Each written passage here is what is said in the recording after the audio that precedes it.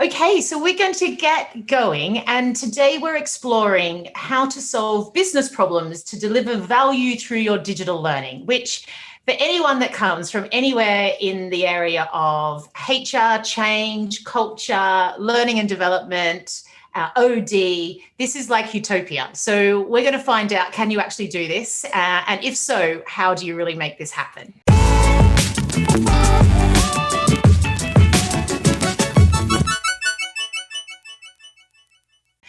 And this is the first meetup in what I very much hope to see a long series of. So we're the PXO Culture Meetup. And if anyone knows me, and I know a few people on this line do, I come from the history of Agile HR. And the PXO Culture Meetup is broadening the perspective. So what we're looking at is how do you build great people experience and operations, underpinned, of course, by Agile mindset, evidence-based working, and human-centric design. And we're wanting to look at how do you enrich that employee experience to really deliver value through your business, but of course, to boost your actual results. So drive innovation and customer results. And that's what we're going to explore today, and the connection through to learning, which is such an essential part of how you develop culture, build innovation, and of course, deliver value. Okay, so I've got some amazing legends on the line today that is joining us around this topic. So we're going to find out a bit more about our guests. So I'll hand it over to David and Mike to introduce yourselves. Over to you, David. Thanks, Natal. I'm not sure I can live up to that billing, but hello, everybody. I'm David James, and whilst now I work at Looop and I'm the host of the Learning and Development podcast. I've also spent 15 years in-house in learning and development, with 8 of those at Disney. I was Director of Learning Talent and Organizational Development at Disney, the European headquarters based in Hammersmith out of London. And hi everyone, I'm Mike Collins, and I just had the awful thought then that I was wearing the same shirt now as I was in the picture. And I'm not, which is great, but I've just realized that David is wearing the same top. I am, yeah. I've only got the one. So just building on what David said, so I'm essentially an L&D boomerang. I've worked in house in many different teams, different organizations, different industries, and I've also worked on the supplier side, a couple of times as well. My focus is on implementing technology and using technology as an enabler to deliver value. So, I know we'll build on the conversation today around, distilling away from buzzwords and perhaps, magpie syndrome, where we keep delivering new and shinier and greater gadgets and tech, but actually what is it that people need to enable to help them do their job better? So I think that's certainly the angle that we'll be coming at it today. Fantastic. And if anyone has spent time in the digital learning L&D space, particularly in the UK, you've probably come across these two guys. So it's very lovely to have them with us today. They also are behind Loop, and PXO Culture partners with Loop because I just can't talk enough about this amazing product. So do go and check that out. I'm Natal Dank. For anyone that's not familiar with me, I am been championing the cause of Agile HR for many years now, and really on a mission to help HR, culture and change modernize, innovate, and really start to deliver value across the organization. But a big part of that is how do we really build people practices for business agility. So there's nothing like a pandemic to bring out the importance of the need to navigate complexity, but also start to look at how do you enable your people to be great at their job to then do that flow through to the end customer. And that's what we're going to look at today. How do you go to that point of need for your employees and really help them be the best that they can be? And a lot of part of that is enriching this employee experience. So that kind of journey that they go through and the moments that matter, that really engage them with your brand, but also kind of with their kind of connection to their own skills, their career, and why they're there. And this goes on before, after they leave as well. So how do we keep in contact with them and keep them in our brand and our strategy? So I'm going to do a shout out for the book that's coming out, Agile HR. So this is years of work put into a very easy to read, accessible book that is a practical guide to help you apply Agile HR and Agile mindset to the world of L&D, OD, and organizational change. So do check that out. And I'm going to do a quick shout out for the next meetup, which is on the 6th of November. And we're going to be joined by an old colleague of Mike's, Nabel, who is just been doing amazing things in this people experience space. So we want to kind of talk about what she did at River Island and now where she's at Roche, and how do you start to build this very end-to-end journey for the employee, and how do you build some amazing operations that sit behind that to deliver it out. So we'll be looking at that on the 6th of November. So as I just mentioned, today we're exploring a lot around the application of agile and customer experience mindset in the world of learning and development in particular, but also very much HR, culture, and organizational change. So I'll just say a couple of words on this, and please, if we do kind of talk about any concepts throughout the session that you'd like more information on, pop it in chat. We'd love you to let us know your questions. So from now on, let us know any question you want to talk about, and please put that in chat. And I have a gorgeous assistant that is collecting all the questions and passing them through to me, and I will then throw them out to David and Mike. So agile mindset is the concept of really putting your customer at the heart of what you do, and then looking at how you incrementally, so slice by slice, bit by bit, release value to that customer. And so what it is that it's saying, okay, in a world of complexity and constant change, the more traditional way that we design learning delivered projects, where we mapped everything out up front. And I come from the world of learning and talent, and I did this a lot. So I used to design huge, amazing learning programs, and I did learning needs analysis, design, and then I did documentation, all of that. And then right at the end, I rolled it out across the business. Now, my kind of pilots was kind of tweaking, because I didn't really have much room for failure by that stage. And if it did fail, then I failed big and across the whole organization. And then I was constantly trying to update that as we went to make it more effective. I also was a bit unsure of how did I demonstrate the value. So I used to get great feedback in the room, on my happy sheets, but what was the value that was going through to the business? What was the business bottom line return on investment? So what we're looking at here is, how do you take, rather than delivering that way, is there a way of actually managing that risk and starting to release bits of that learning solution to your customer, your people, test that, get feedback of whether that works or not, and then use that to drive the next iteration or development of that existing product. And then over time, we're going to release value early and often. So this is much more of a continuous development approach to how you build learning and HR. It also, because it's very customer-centric, it becomes very user-centric. So what works for our people, what doesn't, and how do we drive that into the next piece of work? So that's a key concept that we'll be looking at a lot today. And also this idea of customer experience. So the idea of that kind of end-to-end journey that the customer goes through, and could we bring that into HR and L&D? And this is a big part of what we look at PXO Culture. How do we bring these mindsets alive in how we do learning and HR? Okay, so on that note, let's move into our questions and our panel discussion. And as I said, please let us know your questions. Pop them into chat and we'll bring them into discussion as we go. Okay, so our first one is to David. And when I've spoken to David in the past, you kind of talked a lot about this idea of kind of moving beyond a learning mindset and starting to focus on this more kind of performance mindset. And there's reasons for this. So, and you talk a lot about the need for L&D to evolve for modern times. I've seen a few tweets lately and messages on LinkedIn, and there's been some really interesting discussions. So can you tell us a bit more about what this is? What does it mean to move from a learning mindset to a performance mindset? Sure. So I think it's really important to recognize where we've been to know what the opportunity is right now. There was a time when bringing groups of people together and to place those big bets, as you just described there, Natal, with your company-wide programs, your top-down delivery of content, the schedule to get everybody through, that used to be the most appropriate way to develop people. The problem with that approach is that it makes an enormous number of assumptions about what the challenges are and the time at which it's appropriate for somebody to experience said learning solution, and then have time to process and hold on to it long enough to apply it.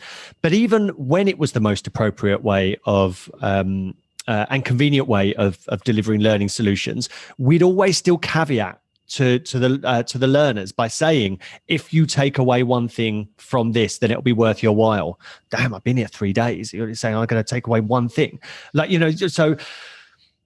And even as technology entered learning and development, and LMSs and e-learning became more prevalent, these were still largely generic solutions that bore no resemblance to the job that I was actually doing. And so as a learner, I had to mine an enormous amount of content to try to find some gold. And it will be sold via learning and development as, there could be something in here that would be worthwhile.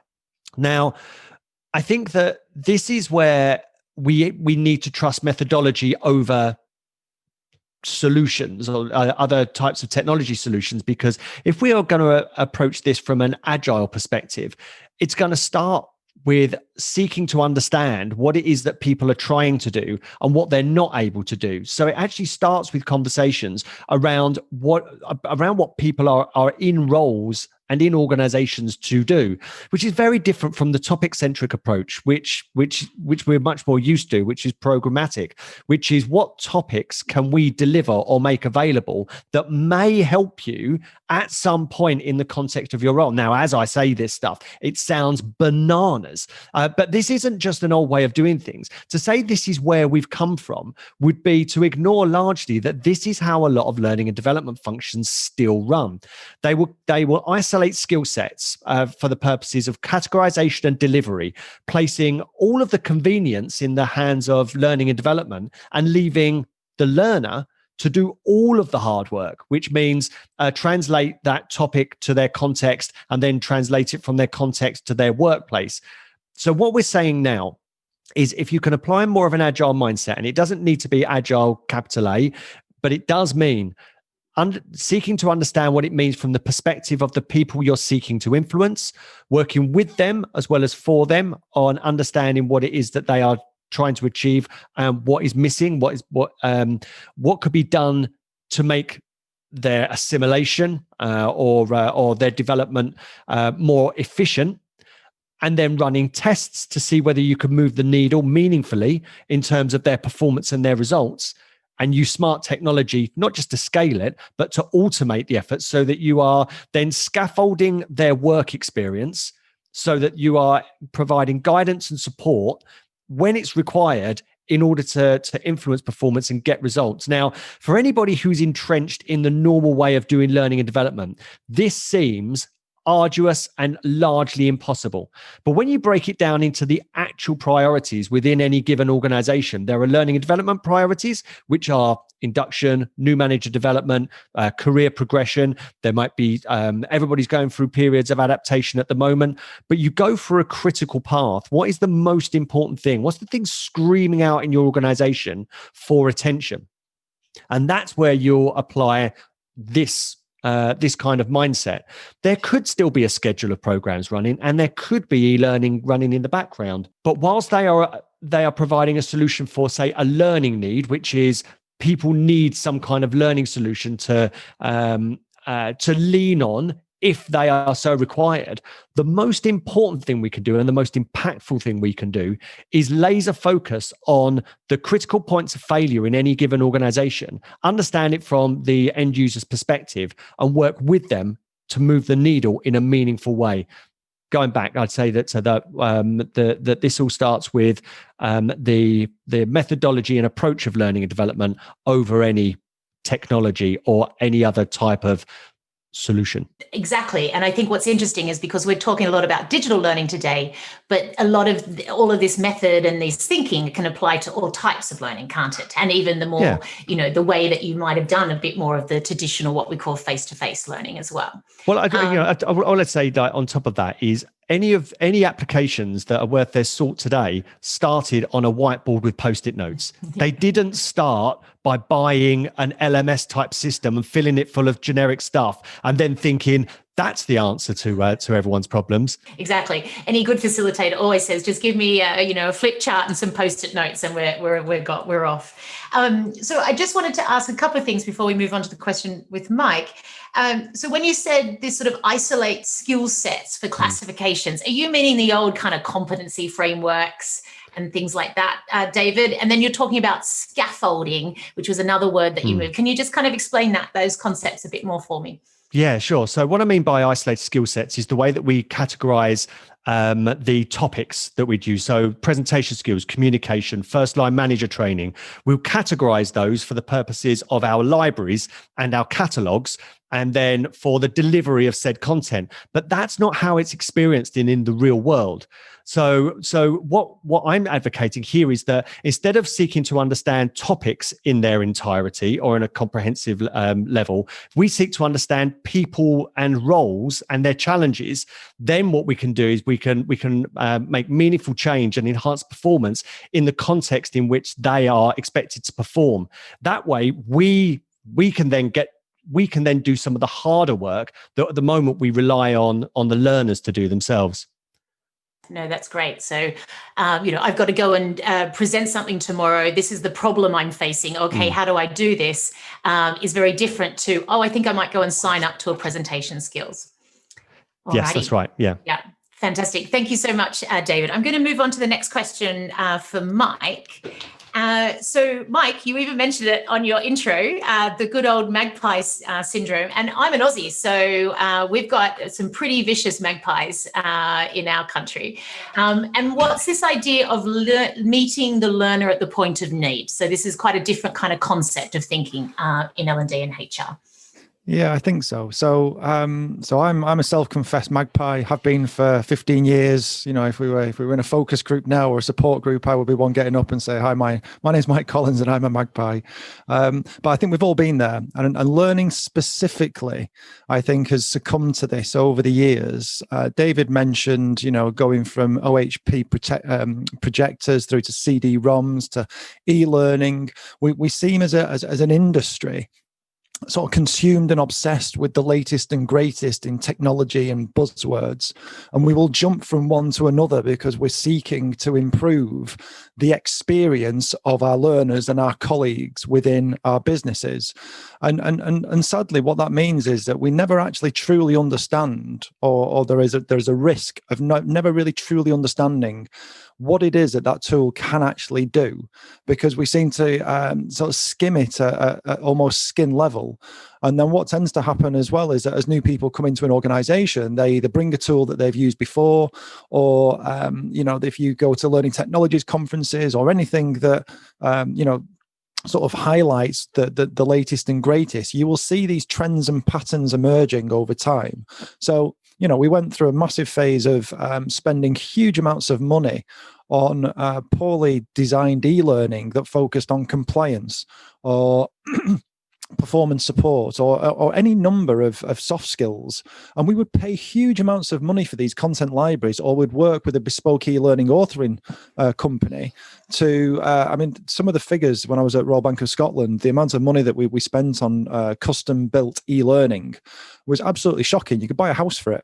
In fact, you can probably buy a few houses for it. And then all of a sudden, this evolution happened where there was rapid authoring tools available, whether that was Articulate, Captivate, the whole host and library of, putting these tools into the hands of L&D practitioners. So, of course, we could then spend the money on the tool and create it ourselves, which was really attractive in that we could build very quickly. We weren't spending as much money. But what that also meant is that we lacked some of the capability and ability in terms of instructional design. And what happened was that we've created this entire ecosystem, as it were, and culture of poorly designed e-learning. And e-learning has got, in my opinion and my experience, a really poor reputation when it comes to experiences. And nobody gets up on a Monday morning and goes, hey, I've got to go and do my anti-bribery training at work. And when we get put on these 30-minute to 45-minute e-learning modules that are predominantly click next, it's soul destroying.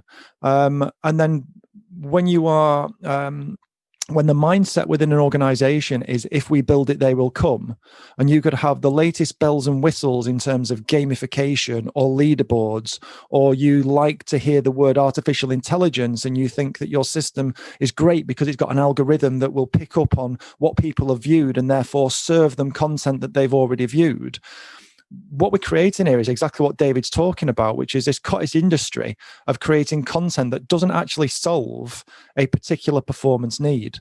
So Magpie syndrome is a syndrome where we are focused on the tech first and foremost, in creating those shiny experiences that on face value look really good. And the experience in terms of, the actual system, is often in terms of system, like a consumer grade tool. But when you start applying it into what it actually does for learning and development and what it does for performance and how it supports the organization and how you measure impact, they are often very lacking. And this is where I think, meeting the learner at the point of need comes into this, because if we continually serve up, if we jump from tool to tool, if we continually chase the latest and greatest and the latest hype and the buzzword, whether that's micro learning, whether that is social and collaborative learning, our learners don't care. Our colleagues do not care what we call it. What they're interested in is how we're helping them going from not knowing to doing at the speed of work. And I think COVID has been, if you say to somebody, what's the biggest driver for digital transformation in your business at the moment? It's not going to be your CEO. It's not going to be your CTO. It's going to be a global pandemic. Because organizations that haven't been able to have that agile mindset and change their offering to support a remote workforce through digital means are really going to struggle to enable that big change initiative. So this is a great example, I think, of meeting the learner at points of need, is how quickly can you get resources and performance support tools and things that help people do their job to them in their workflow, whether that's Teams, whether that's Slack, whether that's email, whether that's a whole array of community-based tools, without them having to leave what they're doing and how they're doing it. Because if you're an organization now where you capacity and resource is at a premium, we're working in a world where hundreds if not thousands, in fact thousands if not hundreds of thousands have been on furlough and potentially been made redundant. So if you're in your organization now, you've got to be making the most of your resources. You've got to be helping people do their job. You can't afford to say, in David's terms, how do you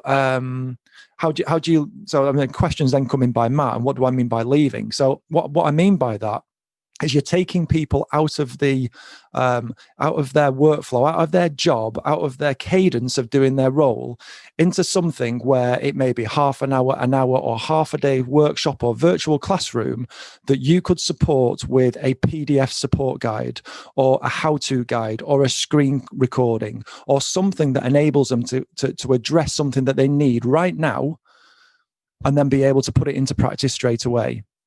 And just quickly on this as well, I think that what you mentioned there around customer experience and sales is really important, because one of the things that I think, where we're seeing a lot of people looking at sort of the people experience is breaking down where their information and where their content sits and the experience that people have in different systems.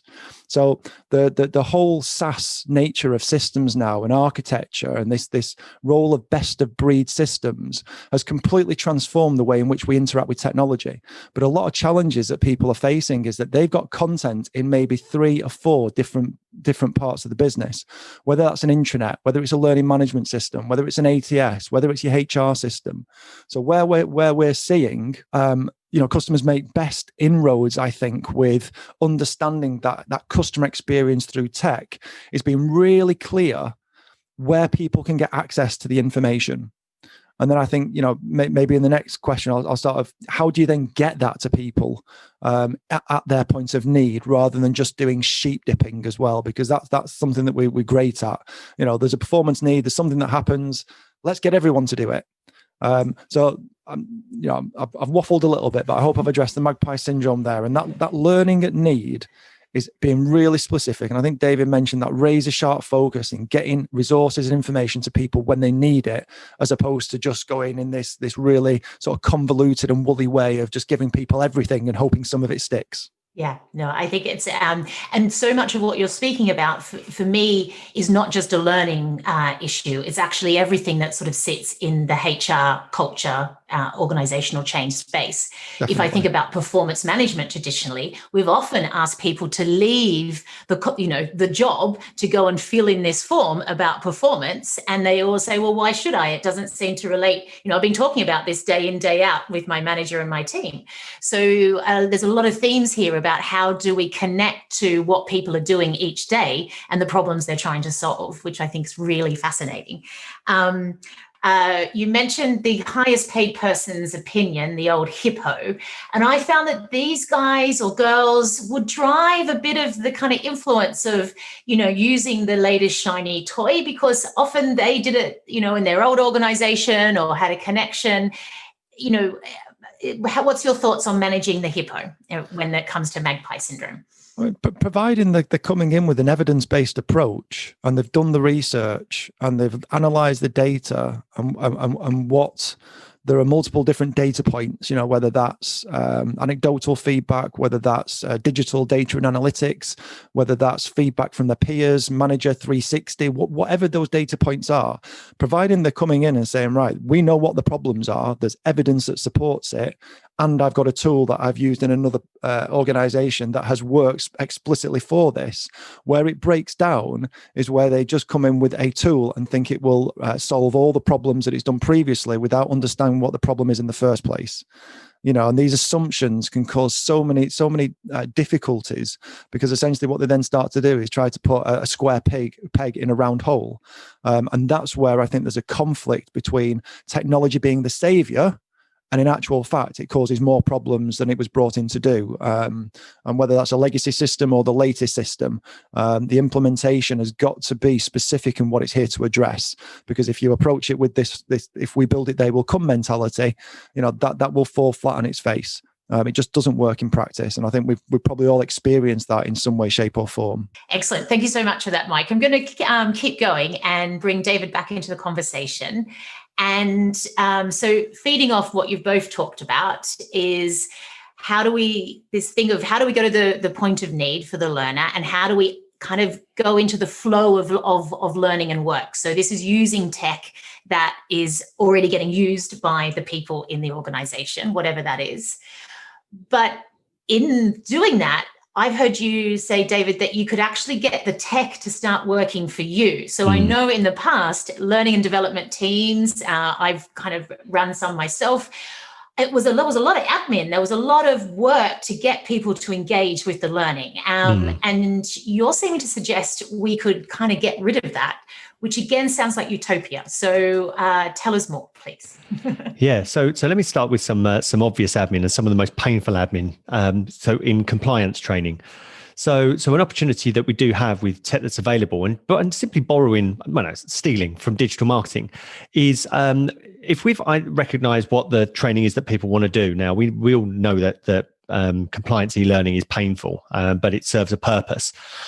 But what we can do is we can automate the entire admin of compliance training, which means that in, first of all, connecting with an HR system to recognize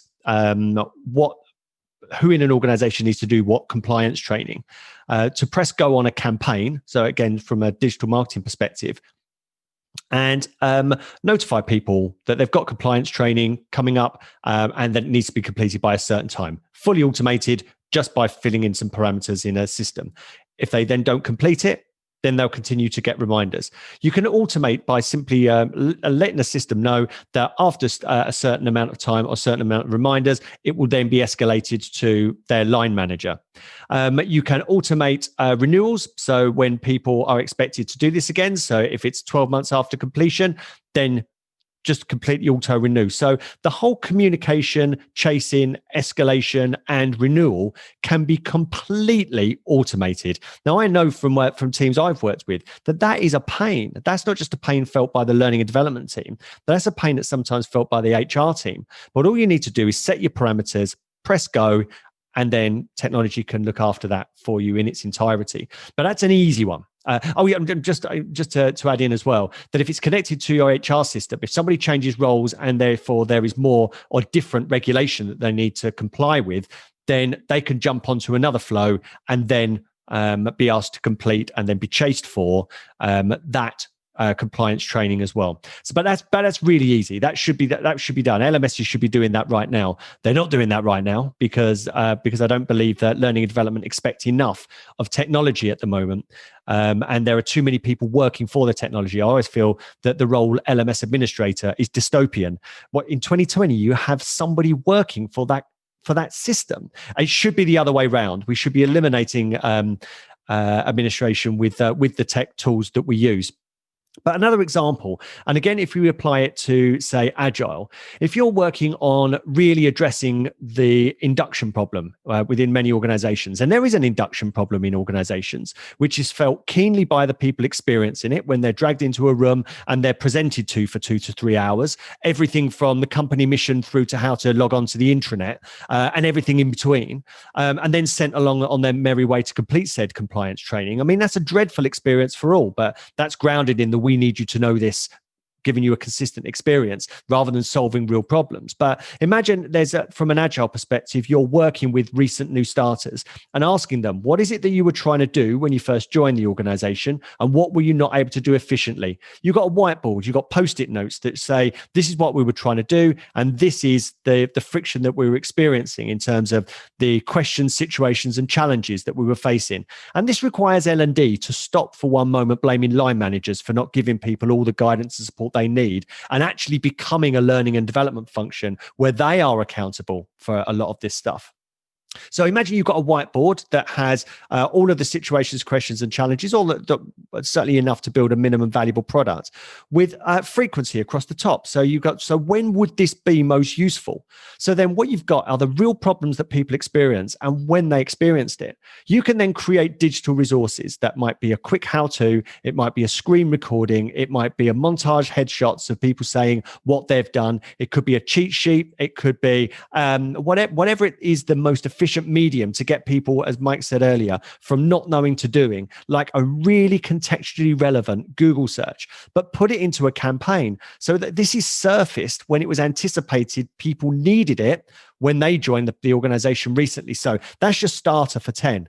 You also build in user insights so that when people are new to an organization, perhaps in the middle of the first week or the end of the first week, ask them how they're getting on. Not in the context of their learning and development, but in the context of their assimilation. What we've always found is if you ask people how their development is going, you'll get nothing back. If you ask people how they're getting on with regard to the primary reason they're in that organization, they will tell you what else they need. And we found that is a rich source of user data. So you keep the conversation going, and it's not a content delivery play. It is providing value and then continuing a conversation based on what people are expected to achieve and what they aren't able to do efficiently. So if you can apply the same approach then, I always talk about transitions because learning and development have been missing the biggest opportunity available to them for decades because of the belief that we need to get people in a room in order to develop them. But the biggest opportunity we have is as they are transitioning. So we miss opportunities when we bring established managers in a room. They've been in the role for 5 years. They are exhibiting the expected and rewarded behaviors. And we tell them that now their role is to coach their teams. If I was there, I could, no, it's not.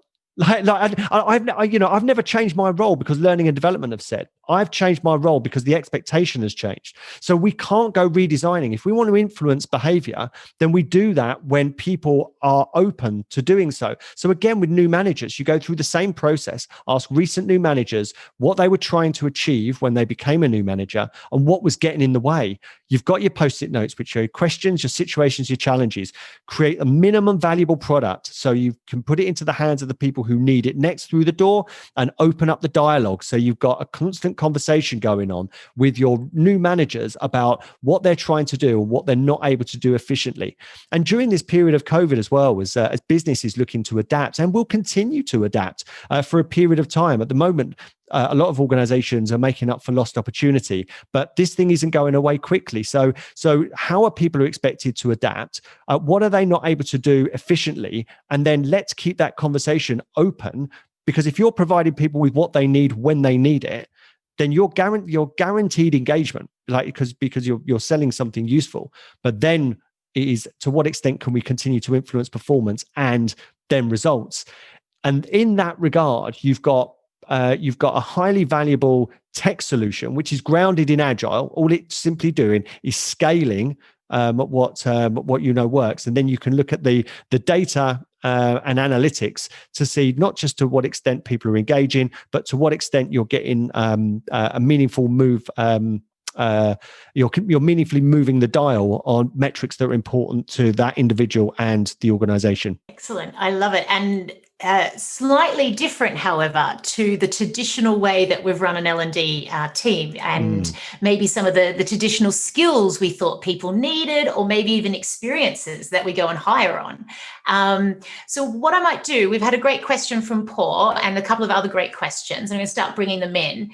What you're talking about here, David, links a lot to what we're about to ask Mike. So I wouldn't mind kind of going straight to that, and then we can kind of build on that. And Mike, I wanted to talk to you next about how do we go closer to the customer in learning and HR. And a lot of what David was talking about is this sort of digital marketing, and I suppose a lot of what we're seeing in the business happen with our products and the experiences we're having on Amazon and other places, and applying this into our own organization to deliver the value. So can you kind of build on what David was saying and sort of bring that out a bit more for us, please? Yeah, sure. And I will do this as succinctly as possible, because this is where I tend to get on my soapbox, because this is something that I'm really, really passionate about.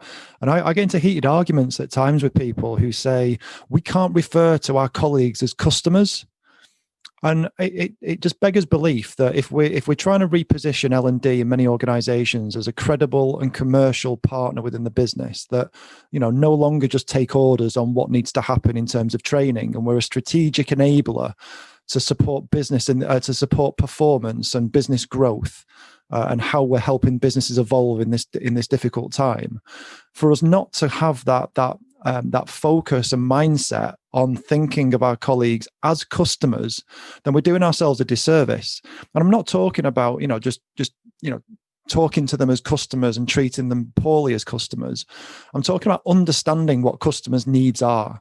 So if you talk to any company that has a marketing team, their primary goal is to understand their customer so that they can deliver a product or a service that solves that customer's need.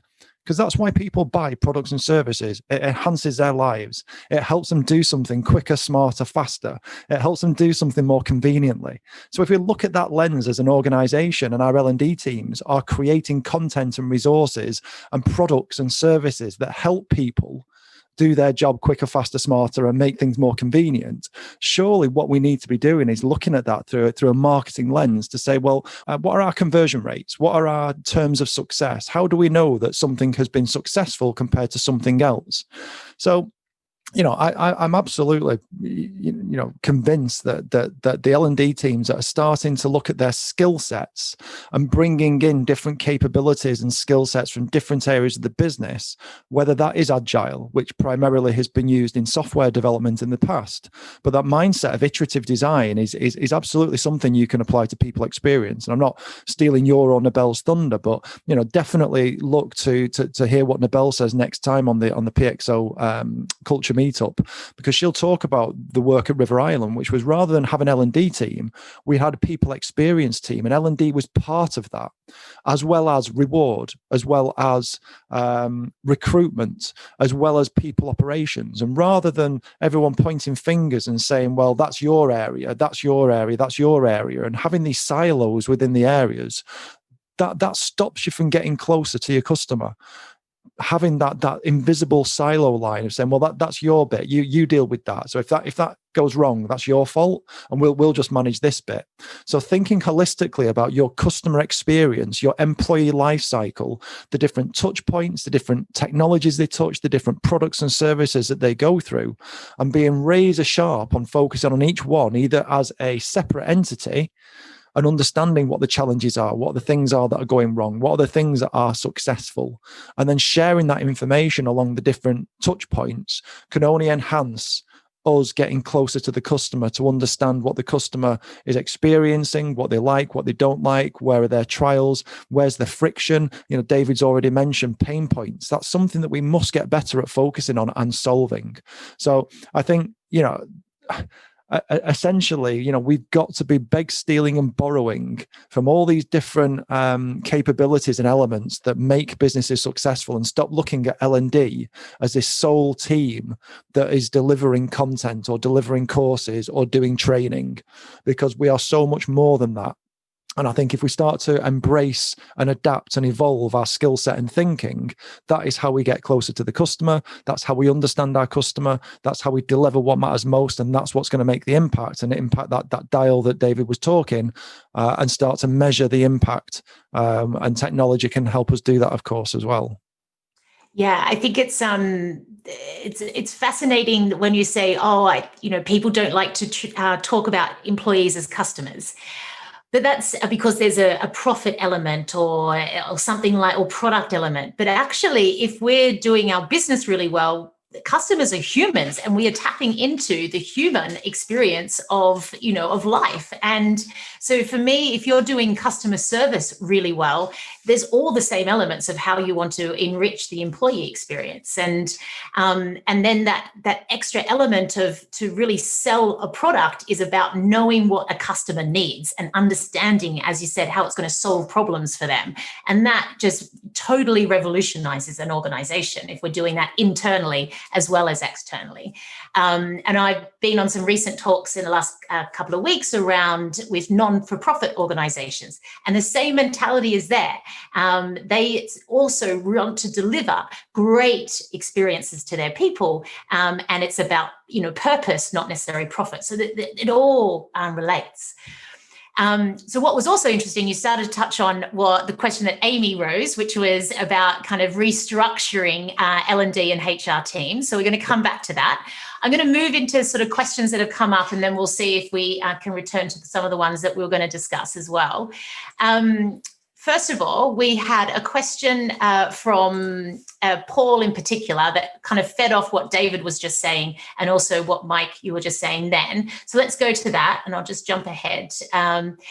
So they said, David, yep, totally convinced about your method here. And, and let's stop insisting that we get, IT and compliance and everyone delivering, each hour at the induction. But how do we convince stakeholders to come on this journey, adventure, this change with us? What's your thoughts there?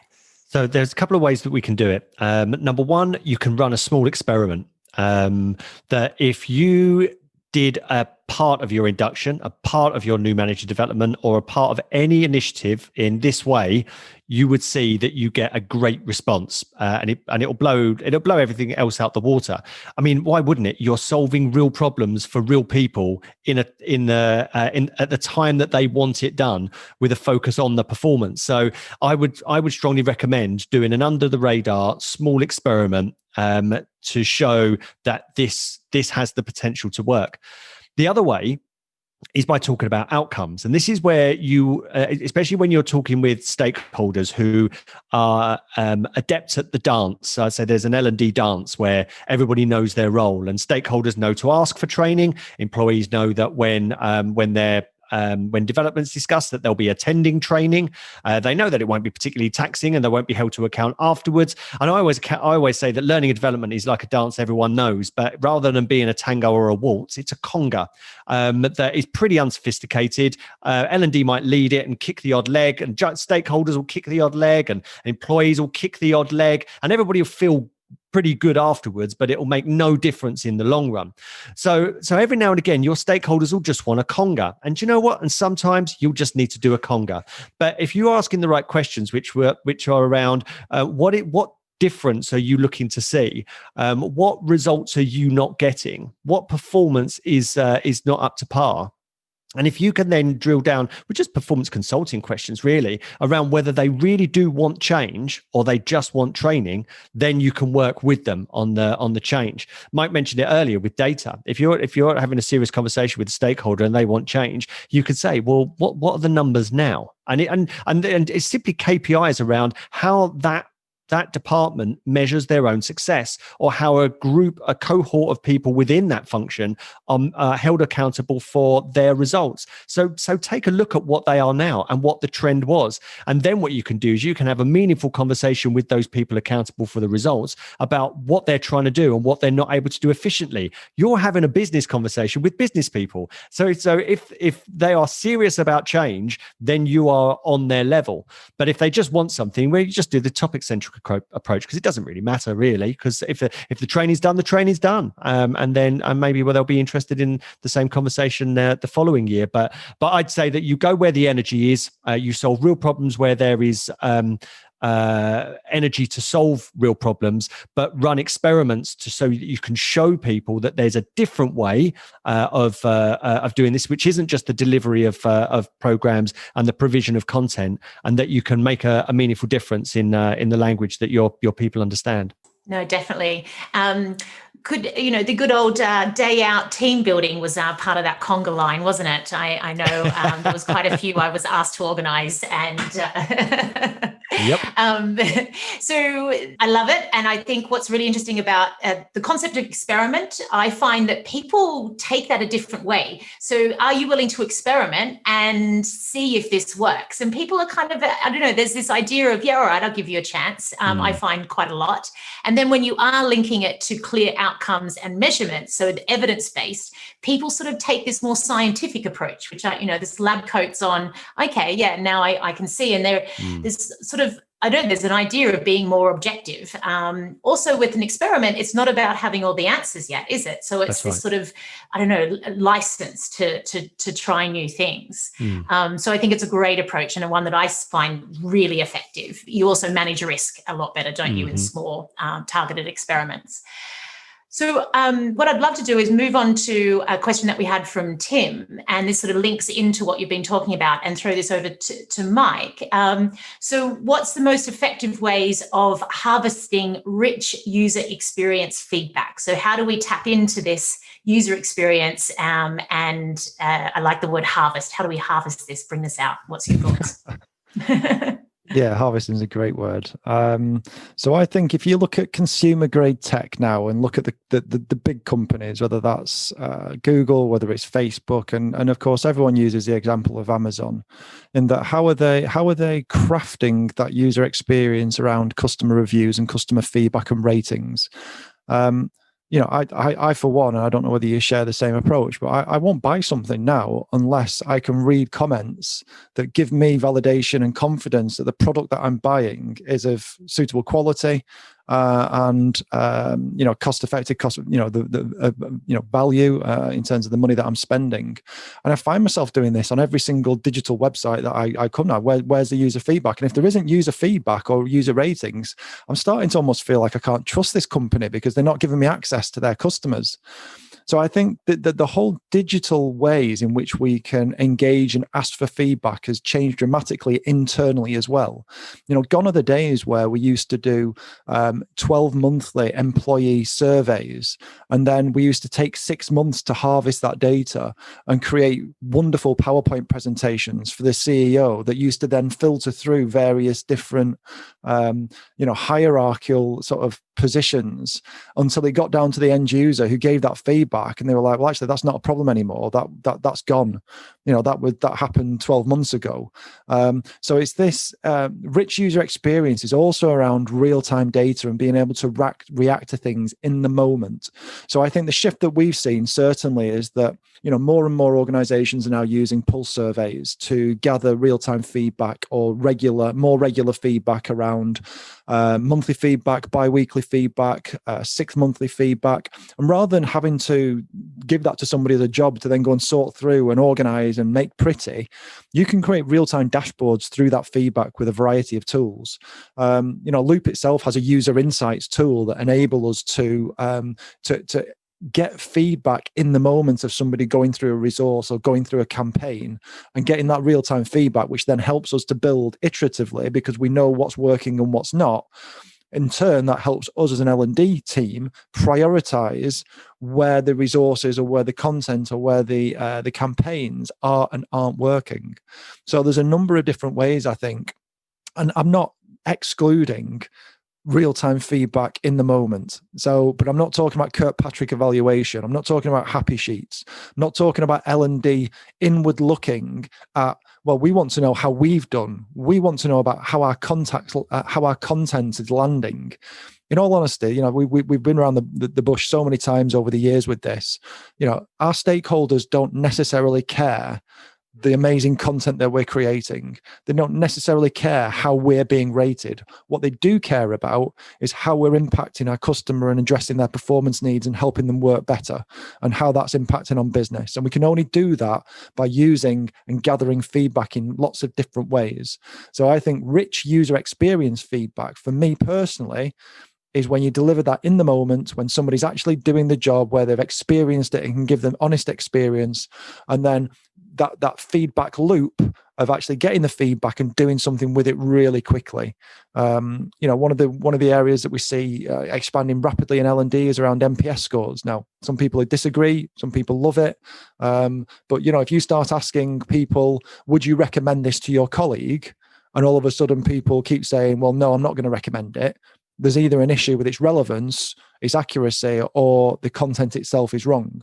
So you straight away know that that's a priority, rather than you asking, did you enjoy this training? Or, how was my performance in delivering this, or the creation or the design of it? So it's sort of re-looking at the types of questions that we're asking as well, that gives us the insight to be able to make measurable and impactful change, as opposed to stuff that perhaps is just on surface level. Exactly. And what's interesting is that, again, I find that this links to a lot of topics, not just learning. So things like performance and others. If you're linking it to real discussions about the job, delivering this project, what happened, what worked, what didn't, how do we now take that improvement into the next piece of work? It revolutionizes how we do a lot of these processes that we used to call them, which are actually, about getting the job done. So no, that's fantastic. Thank you. And I know what you mean. I always go to the user reviews now on anything. And if I don't see very many, I'm very distrustful. I know, red flag alert. Nobody's reviewed this. Is it real? I know. Exactly. I don't trust it. So what we're going to do is, Amy, I'm going to come back to your question, because it's a great question and it's one that I can do a whole meetup on. So I'm going to come back to it. I'm just going to wrap us up. And if anyone needs to head off, you can. So I'd like to give a massive shout out, thank you to our wonderful guests today. Could I just have David and Mike just, a quick goodbye shout out to people? Yeah, look, this has been fab. Thank you very much for the opportunity, Natal. I hope that this has been useful. And if anybody wants to connect on social, I'm always up for that. I'm at David in Learning on Twitter. Or David James, you'll find me polluting people's social feeds on LinkedIn. Mr. Controversial. Yeah, great to be here. Thank you for listening, for your questions. I'm Community Mike on Twitter and Mike Collins on LinkedIn. We love talking about learning. We love talking about the challenges and things that people are facing at the moment. This is what we do day in, day out. And we never look at it as sort of like, I know we're working for a supplier and a vendor, but it's not about sales. It's just about furthering our industry and helping people and sharing from our experience as well. So if anybody wants to continue the conversation, more than happy to do that on socials or in any way that suits you. Definitely. And me too. I love talking about this stuff. So please link up. I am known as the only Natal Dank around. So I've yet to ever meet someone with that name. So I'm pretty easy to find. But I'm on Twitter and LinkedIn as well. So thanks so much for joining us. Shout out for the book, available on the 3rd of November. And next meetup is, as Mike started to talk about, is with Nabel Crowhurst, who is now at Roche and used to work at River Island, doing amazing things with people experience. And we're going to explore that. And that takes me back to your question, Amy. So I'll just say, please, everyone, head off if you need. Thank you so much for joining us today. It was fantastic. And I'm just going to finish up with Amy's question. So Amy, Mike started to talk a little bit about it. And I would say that for me, that's a key theme, which is how do we look at this people experiences as much more end-to-end accountability? So I would say, if nothing else, it's building a multifunctional, multi-skilled structure. And that can either be linked to your whole organization, depending on your size. So it could, if your size is possible, then you have a multi-skilled team delivering different elements of the people experience, but together as one, and they're going through each aspect based on value and problems to solve. So you're prioritizing basically your delivery as you do it. So it's rather than, oh, I'm going after learning or I'm going after talent. No, all of that is together, and we're going after the most important problem, and then the next one and the next one and the next one. If you're a bit bigger, then I've seen that this can be done for either parts of the organization. So you could have teams looking after a whole, half of the organization, but they're doing end-to-end people experience for that part. And they then coordinating with ones that are looking after another part, and you've got a kind of portfolio over the top, kind of coordinating or looking at sort of when you release things, when you don't, what can learn from each other, all of that. So that's different elements of how you would do it. Depending on where you're at, I would say that using any kind of agile kind of working methods. So whether that's visualization, Kanban, or Scrum, depending on what works for you. I usually find Kanban's great, and then you can apply some of the Scrum kind of concepts like, reviews and retrospectives, these kind of things. That will just transform how the structure is. And generally, by embracing those ways of working, you'll start to evolve a structure that really kind of works for you. And then over time, you can either look at how do you sort of either within those people experience teams, or sort of sitting next to it is your data insights, so driving those metrics and measurements, and that kind of strategy change aspect, coaching, often where your business partner starts to sit as well. So the business partner starts to become this sort of quasi business partner, agile coach, strategy lead, and they might be more independent, but I've actually seen some organizations like Sky Betting and Gaming was an interesting one. They actually formed the people experience team themselves. And then they went and got someone from tech, so, some different skills.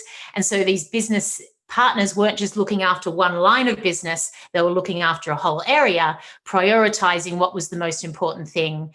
But they were delivering across everything from benchmarking and reward through to learning. And it just means you can do this much more holistic approach. So that would be some of the themes, that I would investigate. But happy to have a chat at any time.